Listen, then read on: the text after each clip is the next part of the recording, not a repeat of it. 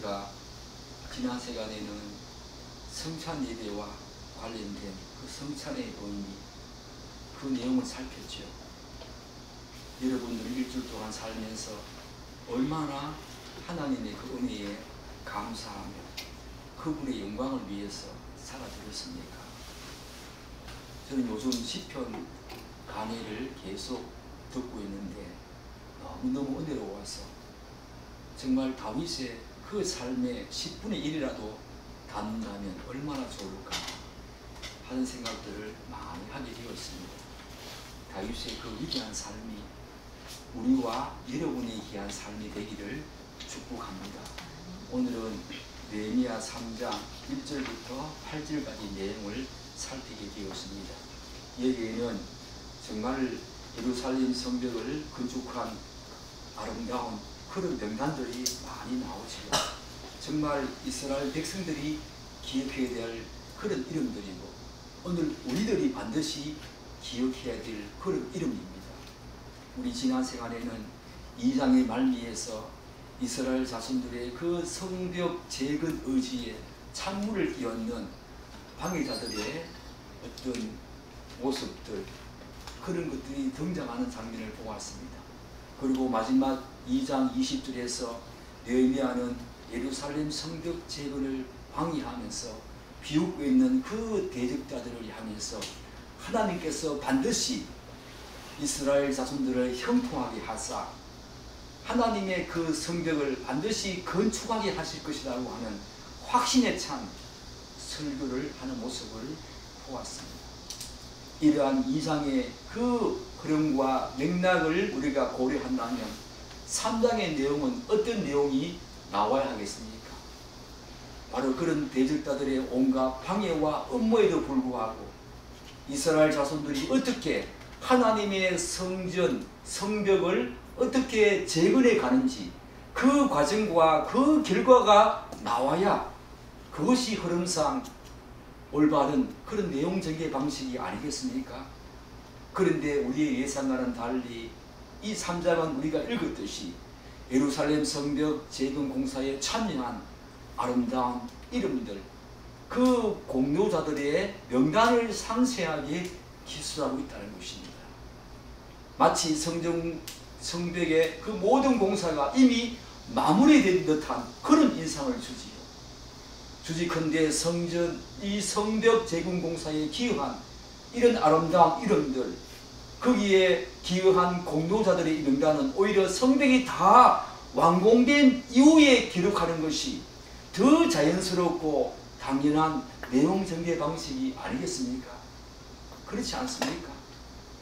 그런데 오늘 이 3장에는 그렇지 않고 이미 성벽을 다 완공한 이후에 거기에 기여한 공로자들의 아름다운 이름이 등장합니다.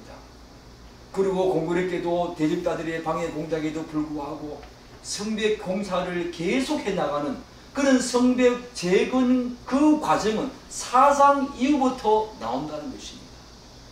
그러면 3장은 2장과 4장에 끼인 하나의 삽입장이겠지요. 그렇다면 우리는 예루살렘 성벽을 건축한 이 아름다운 공로자들의 명단을 상세히 기술하고 있는 이 3장의 내용을 어떻게 이해할까? 아직 성벽이 재건되기 전인데도 불구하고 성벽이 완공된 것처럼 그 성벽에 기여한 아름다운 이름을 기록하고 있는 이 3장을 어떻게 이해할까? 이 점에서 저는 다음과 같은 질문을 던지게 된다는 것입니다. 느헤미야는 문맥의 흐름상 누가 봐도 부자연스러운 기술이라고 오해할 수 있는 이러한 내용 정의 방식을 왜 굳이 감행하고 있을까? 즉 성벽이 완전히 건축된 이후에 기록해도 될 이런 성벽 재건 공사에 기여한 그 공로자들의 명단을 왜 이렇게 서둘러 기술하고 있을까 하는 의문점을 가지게 되었습니다. 여기에는 특별한 느헤미야의 의도가 있지 않을까? 저는 한 3가지 정도 있다고 봅니다. 그 의도가 무엇인가? 먼저 이것이 바로 하나님의 역사에 동참한 사람들을 향해서 그분이 바라보시는 하나님의 방식이자 관점이라는 것입니다.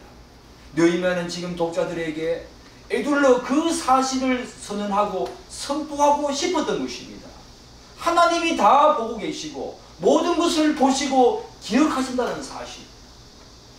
즉 하나님은 그분의 일에 누가 더 많은 일을 감당했는가 그것이 아니라 각자의 자리에서 최선과 열심을 다한 사람들을 보시고 인정하시며 칭찬하시는 하나님의 마음을 느헤미야는 빨리 전하고 싶어 했다. 저는 그렇게 생각합니다.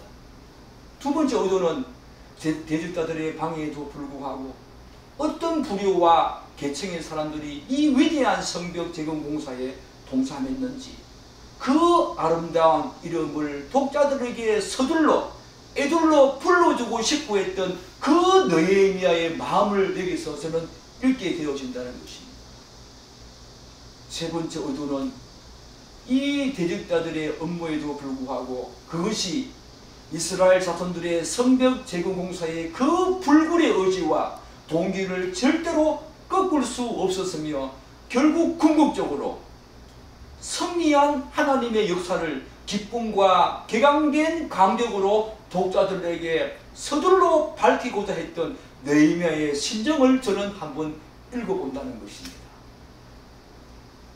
이 3장의 내용이 그러하다면 여기에 기록된 위대한 아름다운 명단은 얼마나 우리가 기억해야 되고 이스라엘 자손들이 기억해야 될 그런 명단인가. 사랑하는 여러분, 종국적으로 여기에 기록된 사람들의 명단은 하나님의 생명책에 기록될 구원받은 성도들의 그런 명단이 되어야 하지 않겠습니까? 우리가 구원을 받았지만 사단과 마귀의 온갖 계략과 계획에도 불구하고 그분이 택한 하나님의 백성들은 이 땅에서 어떤 고난과 어려움과 역경에도 불구하고 반드시 거룩한 성화의 과정을 거쳐서 하나님 나라에 입성할 것입니다. 그 사실을 구원사적인 의미에서 이 이스라엘의 성벽 재건 공사에 참여했던 아름다운 명단들, 이 명단들을 바라보면서 이런 사단과 마귀의 방해도 불구하고 업무와 계략과 계획에도 불구하고 느헤미야가 그렇게 에둘러 서둘러서 밝히고자 했던 그 명단이 오늘 이 시대를 살아가는 그런 역경과 고난 속에서도 반드시 하나님은 성화의 과정을 거쳐서 영화의 단계까지 가게 하실 것이라고 하는, 그래서 이미 기록된 이 명단이 우리의 명단이어야 되고 생명책에 기록된 여러분의 명단이어야 된다. 그렇게 저는 생각을 합니다. 우리는 이러한 기본적인 이해를 바탕으로 본문을 살펴야 합니다. 특별히 제가 한 번 더 말씀드리고 싶은 부분이 바로 이것입니다. 성벽 재건과 관련한 전체적인 그런 이해를 돕기 위해서 우선적으로 저는 다음과 같은 몇 가지 사실도 언급할 필요성이 있다고 생각을 합니다. 먼저 예루살렘 성벽은 모두 10개의 문이 있었습니다. 오늘 1절에 등장하는 양문과 어문과 옛문과 골짜기 문과 분문과 샘문과 수문과 마문과 동문과 함밑간문 해서 10개의 문이 있었다는 것입니다. 문이 많았지요. 둘째, 우리가 여기에서 성벽 재건과 관련해서 여러분이 반드시 이런 이해를 돕고 가야 되는데, 그게 뭐냐 하면 3장의 성벽 재건 공사 이 아름다운 명단을 보면 북쪽에 있던 양궁문토에서 시작해서 시계의 반대 방향으로 곧 서쪽과 남쪽과 동쪽 순으로 건축자들의 명단을 기록하고 있다는 것입니다. 북쪽에서부터 시작해서 서쪽과 남쪽과 동쪽으로 이어지는 그런 구조로 오늘 3장을 계속해서 연결지으면서 그 아름다운 위대한 명단들을 기록하고 있다는 것을 여러분이 기억해야 합니다. 다시 말씀드리면 1절과 5절은 북쪽 성벽 건축자들의 명단이 나옵니다. 그리고 6절부터 13절까지는 서쪽 성벽 건축자들의 명단이 나오고요.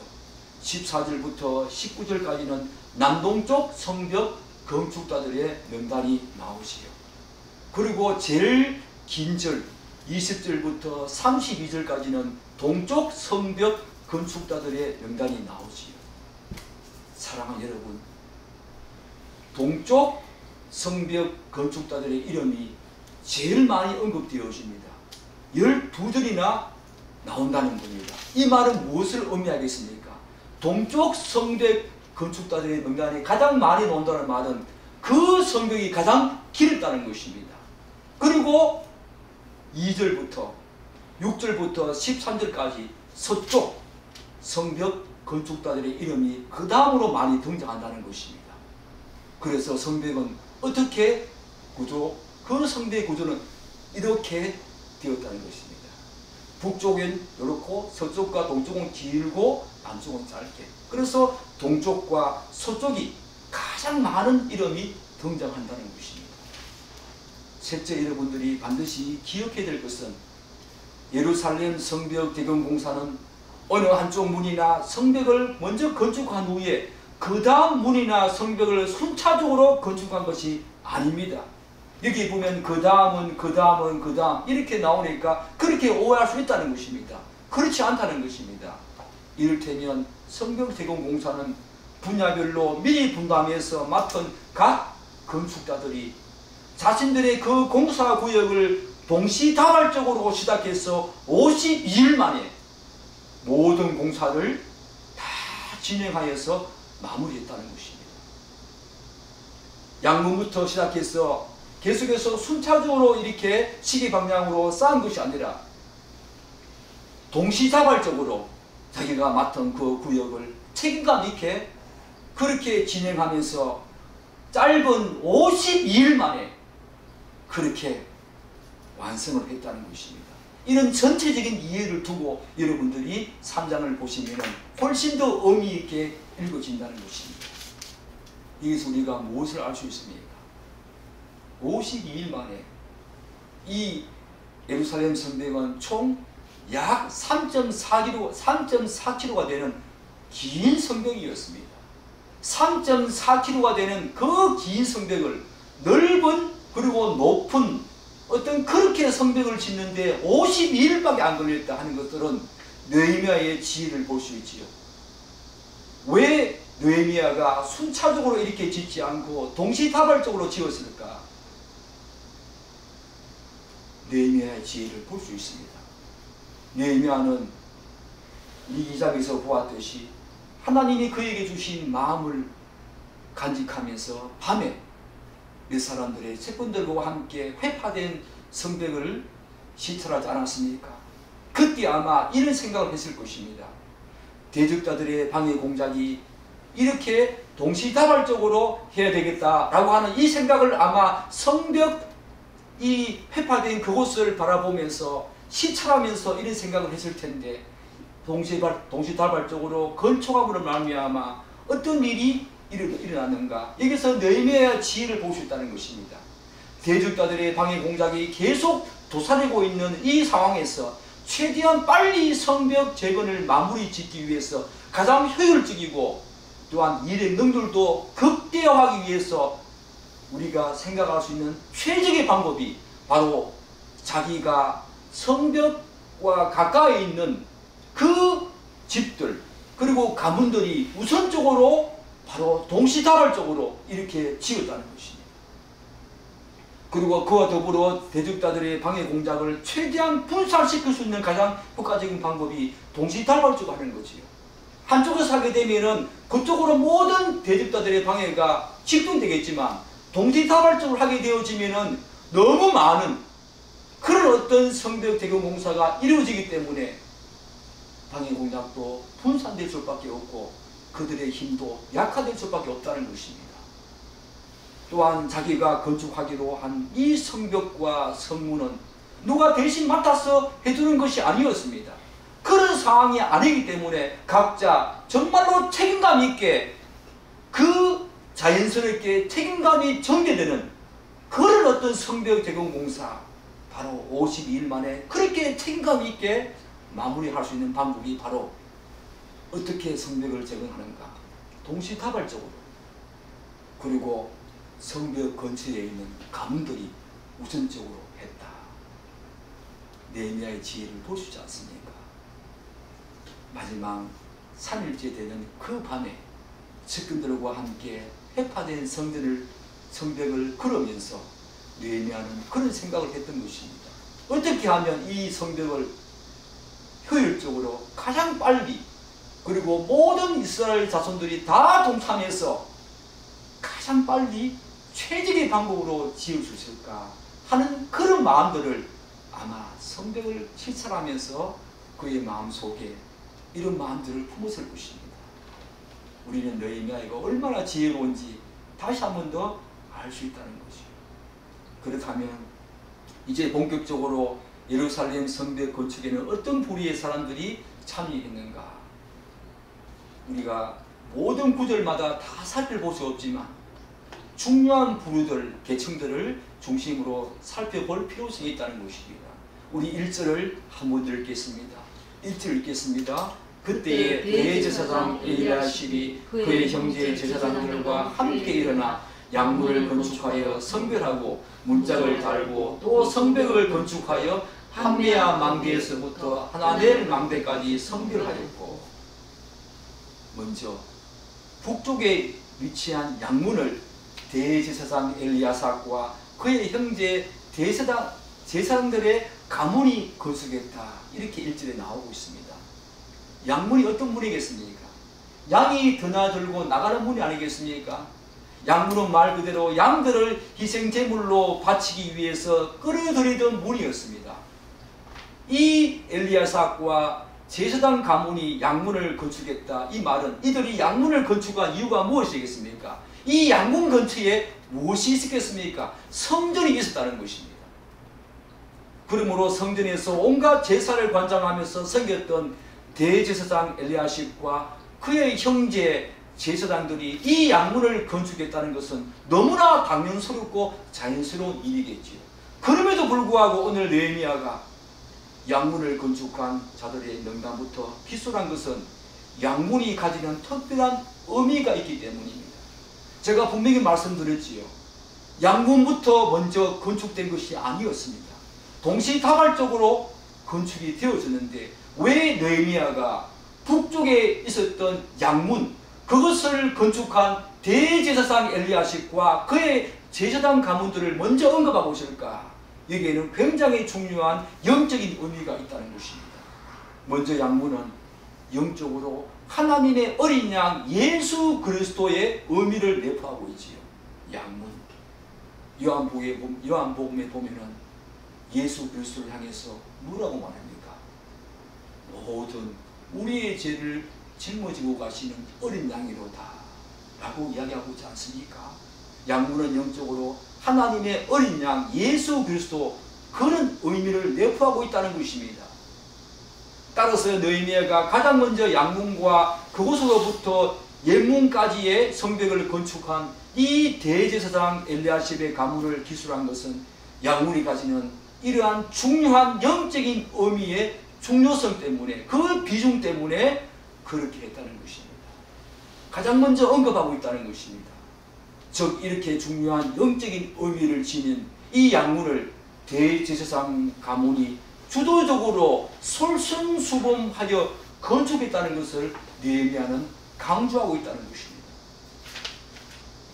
다른 하나는 양문으로부터 옛문 앞까지의 성벽은 북쪽에 위치해 있었다고 합니다. 그러므로 적들의 공격과 침입에 가장 취약했고 큰 위협을 느끼는 지역이었습니다. 이러한 위협에도 불구하고 대제사장 엘리야십과 그의 가문들이 이 지역을 맡아서 솔선수범해서 건축한 사실이 모든 이스라엘 자손들에게 선한 감동과 동기부여를 주었다는 것을 강조하기 위해서 바로 느헤미야는 양문부터 기술하고 있는 이 명단, 우리가 눈여겨보아야 한다는 것입니다. 바로 영적인 지도자들이 앞장서서 이 성벽 재건을 했다라고 하는 것을 느헤미야는 강조하고 싶었던 것입니다. 그렇습니다. 하나님의 일은 그 누구 하나 빠짐이 없이 모두가 다 참여해야 됩니다.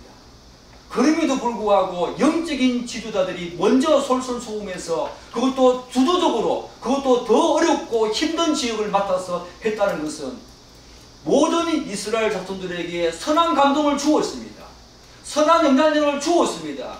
그들에게 강력한 동기부여가 되었겠지요. 오늘날 교회도 마찬가지입니다. 저 같은 목회자들이 직분자들이 먼저 솔선수범해서 하나님의 일을 감당하는 것은 너무나 중요하다는 것입니다. 느헤미야는 그것을 지금 강조하고 있다는 것입니다. 무너진 성벽을 다시 재건하는 공사에서 가장 우선적인 것은 무엇이겠습니까? 이 양문을 가장 먼저 언급하고 있는 것은 바로 영원한 복음이 되시고 구주가 되시는 예수 그리스도께 다시 돌아가는 것이지요. 바로 느헤미야는 양문을 먼저 언급함으로 말미암아 복음으로 다시 돌아가는 예수 그리스도, 그 양문이 의미하는, 영적으로 의미하는 예수 그리스도, 그분을 먼저 언급하고 있다는 것입니다. 성벽 재건 공사는 하나님의 역사였습니다.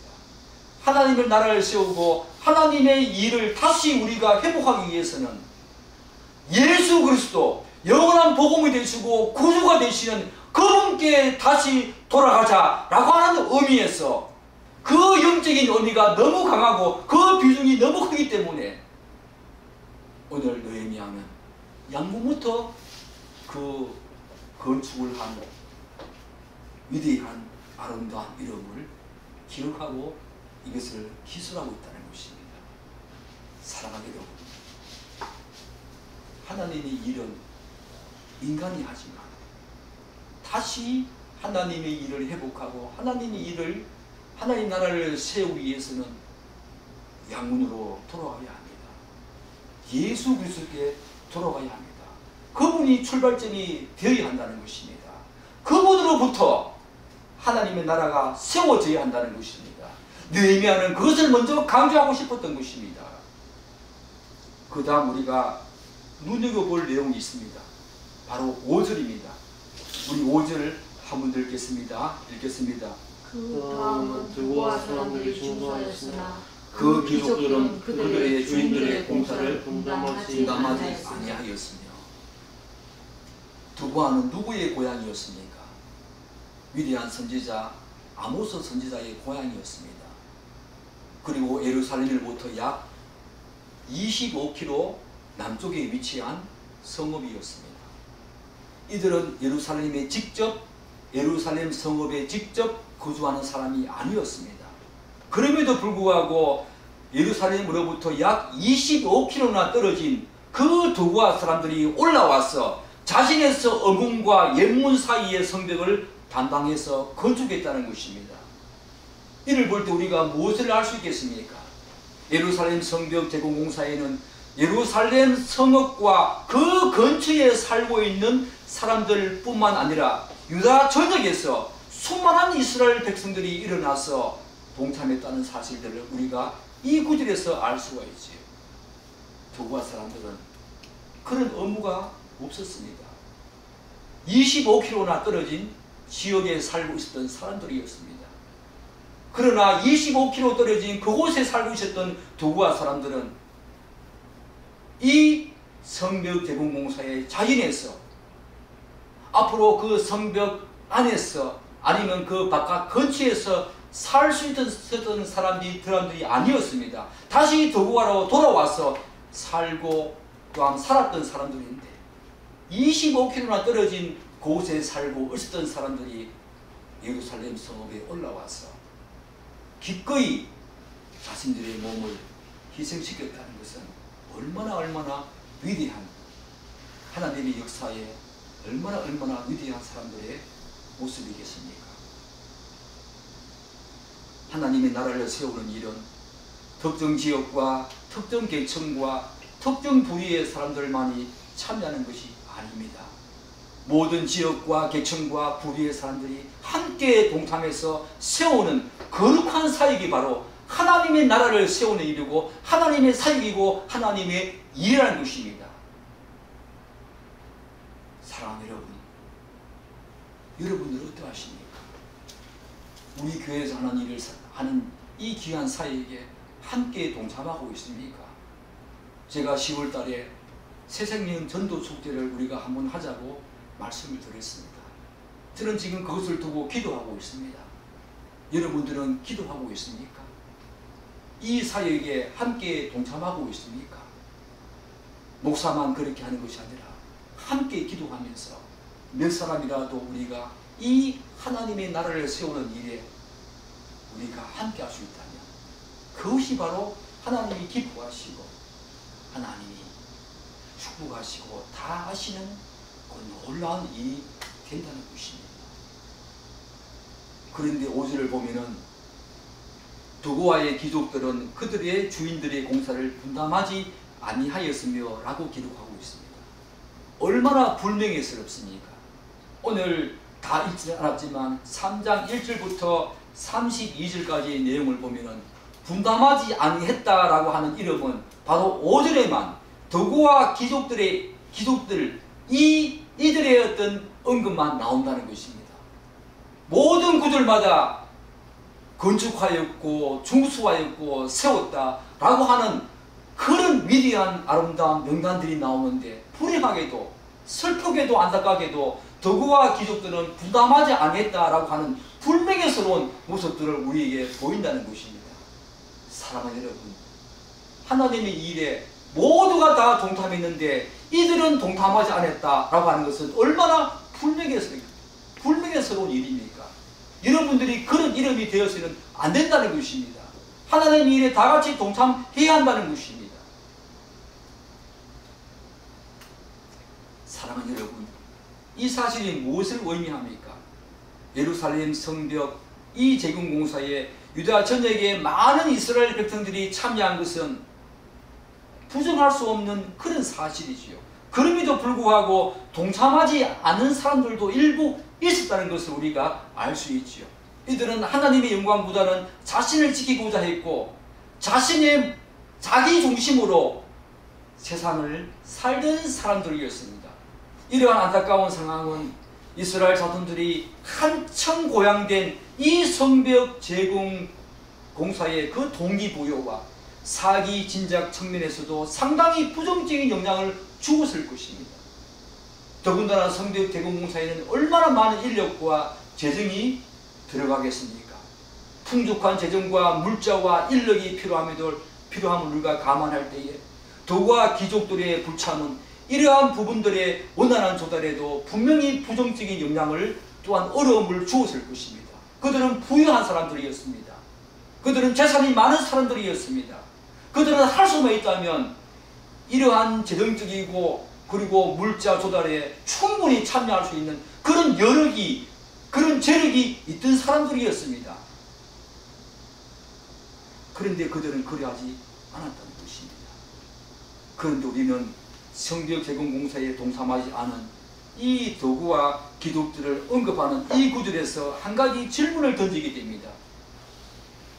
추측컨대 예루살렘 성벽 재건 공사에는 제가 말씀드린 것처럼 이스라엘 전역에서 수많은 사람들이 올라와서 원근 각지에서 올라와서 하나님의 이 귀한 성벽 재건 공사에 동참했다는 것입니다. 그럼에도 불구하고 직접적으로 동참한 사람들보다는 그렇지 않은 사람들이 더 많았을 것입니다. 모든 유다 진영에서 다 올라오지는 않았을 것입니다. 그런데 왜 그들의 이름은 여기에 등장시키지 않고 왜 도구와 기독들 그 이름들만 그들만 딱 집어서 동참하지 않은 사실만을 여기에서 언급하고 있을까? 여러분 질문을 던져봄직 하지 않습니까? 분명히 동참하지 않은 사람들도 더 있었을 것입니다. 일부 더 있었을 것입니다. 그런데 왜 도구와 기독들만 여기서 꼭 집어서 느헤미야가 이야기를 하고 있을까? 그 이유는 분명합니다. 도구와 기족들은 그들의 지위와 신분과 재력을 감안할 때에 충분히 동참할 수 있는 여건과 조건이 되었음에도 불구하고 의도적으로 그렇게 하지 않았다는 것입니다. 의도적으로 그렇게 하지 않았기 때문에 그렇다는 것입니다. 그들은 재력이 있었습니다. 자진해서 동참하고자 했다면 충분히 동참할 수 있었을 것입니다. 비록 사람들은 그 사정에 대해서 낱낱이 모른다고 하더라도 하나님께서는 다 아신다는 사실을 느헤미야는 드러내고 싶어 했다는 거지요. 사랑하는 여러분, 우리가 하나님의 일에, 하나님의 나라를 아름답게 세워가는 일에 각자마다 다 사정이 다 있겠지요. 동참한 이유도 있을 것이고 불참한 이유도 있을 것입니다. 사람들은 다 그 사정을 낱낱이 상세하게 다 모른다고 하더라도 하나님은 다 아실 것입니다. 그 동참한 이유와 동기까지 다 아실 것입니다. 우리들도 여기에 나와 있는 드고와 사람들, 이들이 되어야 되지 않겠습니까? 드고와 기독들처럼 여력과 재력과 충분한 인력도 공급할 수 있는 그런 상황 속에서 그런 조건과 여건이 충분히 됨에도 불구하고 의도적으로 참여하지 않았던 이 드고와 기독들의 모습을 보십시오. 얼마나 불명예스럽습니까? 그런데 이 지점에서 우리는 성벽 재건과 관련한 중요한 한 가지 사실을 우리가 확인할 수 있지요. 그게 무엇입니까? 느헤미야는 성벽 재건 공사를 의무적으로 혹은 강압적으로 진행하지 않았다는 것입니다. 드고와 기독들의 모습을 보면 알 수 있지요. 부자라고 해서 더 많이 내라고, 부자라고 해서 반드시 의무적으로 강압적으로 강요하면서 성벽 재건 공사에 참여해야 된다고 느헤미야는 말하지 않았다는 것입니다. 그야말로 자원하는 사람들이 담당 구역을 정해서 그 지역을 분담, 협력해서 책임감 있게 건축하도록 했다는 것입니다. 이게 바로 세상 일과 하나님의 사역, 하나님의 일, 하나님의 나라를 세우는 일과의 차이점이지요. 하나님의 일은 강요해서 될 것이 아닙니다. 하나님의 일은 의무적으로 분담해서 될 것이 아니라는 것입니다. 강요하거나 강압적으로 되는 것이 아니라는 것입니다. 자원해서 스스로 기꺼운 마음으로 하는 것이 하나님의 일이고 하나님의 나라를 세우는 일이라는 것입니다. 느헤미야는 강요하지 않았습니다. 강제적으로 강압적으로 이 일을 진행하지 않았다는 것입니다. 기꺼이 자원하는 마음으로 동참하는 사람들과 함께 이 일을 했다는 것입니다. 그런데 저는 이 5절을 묵상하면서 특이한 표현 두 가지를 발견하게 되었습니다. 우리 5절 한번 더 읽어볼까요? 한번 더 읽겠습니다. 그 다음은 드고와 사람들이 중수하였으나 그 기족들은 그들의 주인들의 공사를 분담하지 아니하였으며. 이 5절에서 저는 두 가지 특별한 표현을, 특이한 표현을 발견하게 되었습니다. 하나는 바로 성벽 재건 공사가 뭐라고 말하고 있습니까? 그들의 주인들의 공사라고 말하고 있습니다. 또 다른 하나는 분담하지 아니하였다라고 하는 표현입니다. 사랑하는 여러분, 그들의 주인들의 공사에 대한 옛날 성경 번역을 보면 그 주의 역사라고 번역하고 있습니다. 그러니까 느헤미야는 성벽 재건 공사가 이스라엘 백성들의 주가 되시는 하나님의 역사임을 분명히 천명하고 있는 것입니다. 이 일이 하나님, 바로 이스라엘 백성들의 주가 되시는 그 주의 일이다, 주의 일이라고 지금 분명히 천명하고 있는 것입니다. 그리고 드고와 귀족들은 그가 그의 주가 되시는 하나님의 역사를 분담하지 아니했다라고 하는 말에서 분담이란 말이 무엇입니까? 영어 성경을 보면 그들의 어깨를 그 공사에 내어주었다, 그렇게 이야기하고 있습니다. 그들이 분담하지 아니했다는 말은 그들의 어깨를 이 성벽 재건 공사에 내어주지 않았다는 것입니다. 이 말이 무엇을 의미하는 것입니까? 성벽 재건 공사는 특정한 몇 사람의 힘과 능력으로 주도적으로 되어서는 안 된다는 것입니다. 모든 하나님의 백성들이 그들의 어깨를 내어놓는 역사가 바로 하나님의 나라를 세우는 일이라는 것입니다. 자신의 어깨를 내어놓고 서로 그 어깨를 격격히 싸우면서 그렇게 세우는 하나님의 역사, 하나님의 나라가 그렇게 세워진다는 것입니다.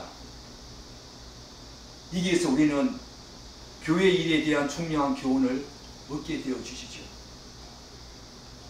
하나님의 일은 교회 안에서 특정한 몇 사람이 주도적으로 하는 것이 아니라는 것입니다. 그러한 모습은 이미 비성경적이고 하나님께서도 원하시는 방식이 아니라는 것입니다. 하나님의 역사는 각자가 자기의 자리를 지키면서 하나님이 허락하신 분량대로 책임감 있게 성실히 감당할 때에 모두에게 감동을 주고 그 역사를 힘있게 움직여 갈 수 있다는 것입니다.